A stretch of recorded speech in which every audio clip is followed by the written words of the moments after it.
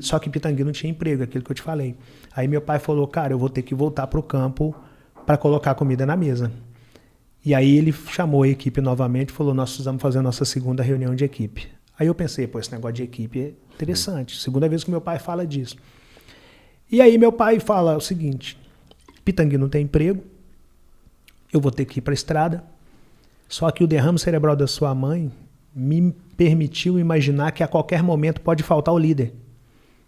Então a minha missão não é mais apenas colocar comida na mesa. A minha missão é formar sucessores. Porque pode acontecer de eu tentar agora numa viagem dessa e não conseguir voltar.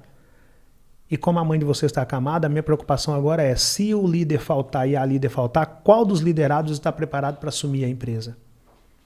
Então a minha missão passa a ser, para além de cuidar de vocês, alimentando, etc, etc, eu preciso cuidar na ideia de formar líder. Estou indo viajar para trazer comida para casa. Caso eu não volte, guarde essas 5 coisas que eu vou falar com vocês. A primeira, identifique o principal dom de vocês e depois passe o restante dos dias na terra lapidando isso. A segunda, o conhecimento praticado transforma qualquer pessoa comum em uma mente extraordinária. E essa mente extraordinária consegue alcançar qualquer resultado extraordinário. A terceira, não cobre da terra santa aquilo que você não semeou nela. A vida é a lei da semeadura. Se não plantou, não cultivou, não reclame do seu resultado. Se plantou, cultivou, mas abandonou o cultivo ou abandonou o plantio, não reclame do seu resultado. Você só vai colher daquilo que você plantou e cultivou. A quarta coisa, jogue em equipe. Sempre, jogue em equipe. Estuda em venda, tudo é venda o tempo todo. A quinta coisa, caso eu não volte, cuide da líder enquanto vida ela estiver. E se porventura ela não suportar, o mais preparado de vocês, assumam a equipe. Cara, era muito forte para um pedreiro, que também tinha o primário, tá falando para 5 crianças praticamente, com a mãe acamada. Sim. E aí meu pai foi viajar. E eu fiquei pensando, o que será esse negócio de identificar dom? Pô, uma criança, né, cara? Esse negócio de lei da semeadura, que a Emília falou, a vida é a lei da semeadura. Eu falei, o que é semeadura? Como assim o conhecimento transforma? Eu era curioso, eu ficava me perguntando essas coisas. E aí um dia eu fui para a escola pública, né? E eu era o ralé da escola que eu estudava. Aí chego lá na escola, os garotos começam a falar que carne era gostoso. E eu não tinha comido carne até 7 anos de idade. Eu, de fato, nasci no caos do caos da miséria. A gente comia o básico do básico só para forrar estômago mesmo, para não ficar com fome. Aí eu entro na rodinha dos amigos de escola e falo, o que é carne? Aí eles riram de mim. Foi a primeira vez que riram de mim na minha vida. Aquilo foi muito marcante para mim, né? Aí eu guardei aquilo, fui para casa e cheguei lá, minha líder deitada, minha mãe, que eu chamo minha líder, cabeça toda enfaixada. Eu falei, mãe, o que é carne? Ela também deu uma risada. Eu falei, mãe, não é possível, porque até minha mãe vai rir de mim. Eu falei, por que a senhora tá rindo? Ela falou, meu filho, esquece isso. Eu falei, não, mãe, não vou esquecer não, os meninos riram de mim lá na escola, eu não vou esquecer. Ela falou, deixa eu te contar, carne é isso, isso e isso. E foi me contar, carne de se comer, né? Para além da nossa, é claro.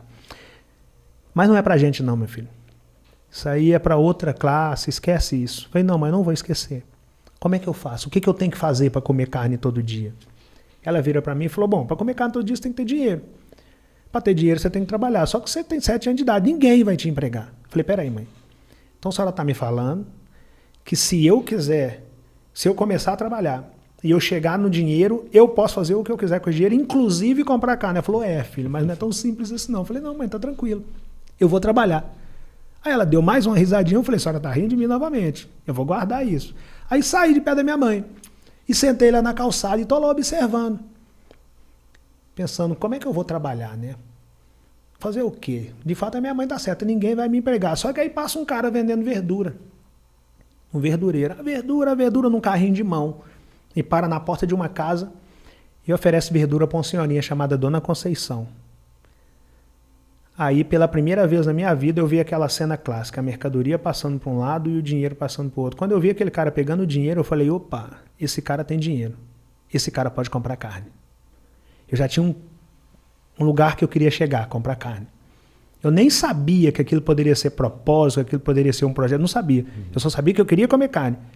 Falei, eu quero perguntar a esse cara como que ele chegou nessa verdura. Aí eu esperei ele fazer o atendimento dele, quando ele passou perto de mim, eu falei, moço, como é que o senhor fez para chegar nessa verdura? Ele virou para mim e falou, olha meu filho, eu tenho uma equipe. Falei, esse negócio de equipe deve ser importante. É a terceira vez que eu ouço essa palavra. Falei, me explica a sua equipe, moço. Ele falou, bom, eu tenho um financeiro, que é quem compra a semente, eu tenho uma pessoa que planta, depois da pessoa que planta eu tenho uma que cultiva, e depois eu tenho uma pessoa que colhe, e eu sou o cara que vende. Quando ele falou, eu sou o cara que vende, falei, não, então eu quero ser o cara que vende, porque na minha mente o cara que vende era o cara que pegava no dinheiro, e o cara que pegava no dinheiro era o cara que podia comprar carne.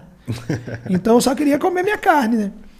Falei, eu quero ser o cara que vende. Ele deu uma risadinha, eu falei, o senhor é o quarto cara que ri de mim, mas eu vou comer minha carne, você vai ver. E aí entrei, viro para meus irmãos e falei, aqui ó, nós temos que formar uma equipe. E eu só tinha um irmão que trabalhava, que é o mais velho.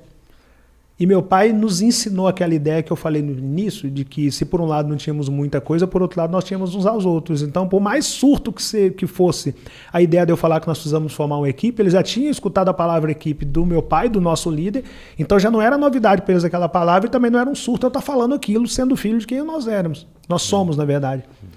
Falei, Ringo, você é o único que trabalha. Você compra semente, você vai ser meu financeiro.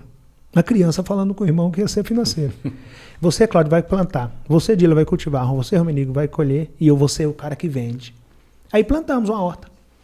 Aí no outro dia amanheceu, eu fui lá, cadê o alface? Falei, pô, não entendendo. O cara falou que era só plantar. Aí voltei no outro dia, cadê o alface? Voltei no outro, cadê uma semana depois, cadê o alface? Essa parte meu pai não me contou, nem o cara da verdura me contou. Não nasce alface da noite pro dia.